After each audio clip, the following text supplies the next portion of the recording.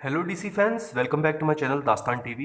तो जैसा कि आप जानते हैं, न्यूज़ में ये चीज़ थी कि डैन लिन जो एक फेमस हॉलीवुड प्रोड्यूसर हैं, वो वार्नर ब्रदर्स के साथ कॉन्ट्रैक्ट साइन कर सकते हैं और डीसी फिल्म स्टूडियो जो अब डीसी एक्सटेंडेड यूनिवर्स को खुद का एक सेमी इंडिपेंडेंट स्टूडियो मिलने वाला है, उसके शायद ये प्रेसिडेंट बन सकते हैं, क्योंकि वॉल्टर हमाडा कंपनी को क्विट करने वाले हैं। तो इनके और वार्नर ब्रदर्स के बीच में टॉक्स चल रही थी कि डैन लिन को एक तरीके से डीसी फिल्म्स का प्रेसिडेंट बनाया जाए। लेकिन अब रिपोर्ट्स ये निकल के आ रही कि ये जो कॉन्ट्रैक्ट की बातचीत चल रही थी, ये अनसक्सेसफुल हुई है और डैन लिन अब डीसी फिल्म के प्रेसिडेंट नहीं बनेंगे।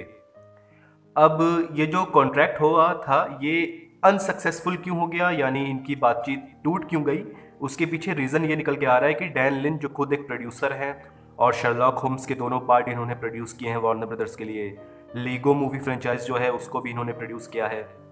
तो इनकी जो खुद की प्रोडक्शन कंपनी है राइट बैक नाम की, उसको लेके थोड़ा सा कहें तो क्लैश हो गया था वार्नर ब्रदर्स और इनके बीच में। यानी कि डैन लिन जब कॉन्ट्रैक्ट साइन कर देंगे वार्नर ब्रदर्स के साथ, तो ये होता कि 10 साल तक इनका कॉन्ट्रैक्ट रहता और इनकी जो प्रोडक्शन कंपनी है उसका क्या होता, इसको लेके इनके और वार्नर ब्रदर्स के बीच में इश्यूज हुए थे। यानी रिपोर्ट्स के हिसाब से वार्नर ब्रदर्स इनकी कंपनी जो है प्रोडक्शन कंपनी, उसमें शेयर्स खरीदना चाह रहा था ताकि एक तरीके से वार्नर ब्रदर्स पेरेंट कंपनी बन जाता इनके प्रोडक्शन हाउस की। फिर कुछ फाइनेंशियल इश्यूज भी हुए कि इनकी सैलरी क्या होगी और जो इनका प्रोडक्शन हाउस मूवीज़ को प्रोड्यूस करेगा उसमें वार्नर ब्रदर्स का रोल क्या रहेगा। तो काफ़ी ज़्यादा कॉम्प्लिकेटेड सिचुएशन बन गई थी, जिस वजह से ये जो बातचीत थी ये टूट गई और डैन लिन अब डीसी फिल्म के प्रेसिडेंट नहीं बनेंगे। अब ये नहीं बनेंगे तो अब कौन डीसी फिल्म्स का प्रेसिडेंट बनेगा, ये देखना इंटरेस्टिंग होगा। इससे पहले कि लोग कमेंट सेक्शन में आके फिर वही बात बोलने लग जाएं कि जैक स्नाइडर को बना दो, मैट रिव्स को बना दो, टॉड फिलिप्स को बना दो, जेम्स गन को बना दो, तो मैं कई बार ये बात बोल चुका हूं कि डेविड ज़ैस्लव किसी डायरेक्टर को नहीं बनाएंगे डीसी फिल्म का प्रेसिडेंट। उनको कोई ऐसा शख्स चाहिए जिसको डीसी फिल्म्स या डीसी कॉमिक्स की भी जानकारी हो, plus business point of view से भी उसके पास एक्सपीरियंस हो। तो उस मामले में देखा जाए तो डैन लिन एक बहुत अच्छे कंटेंडर थे।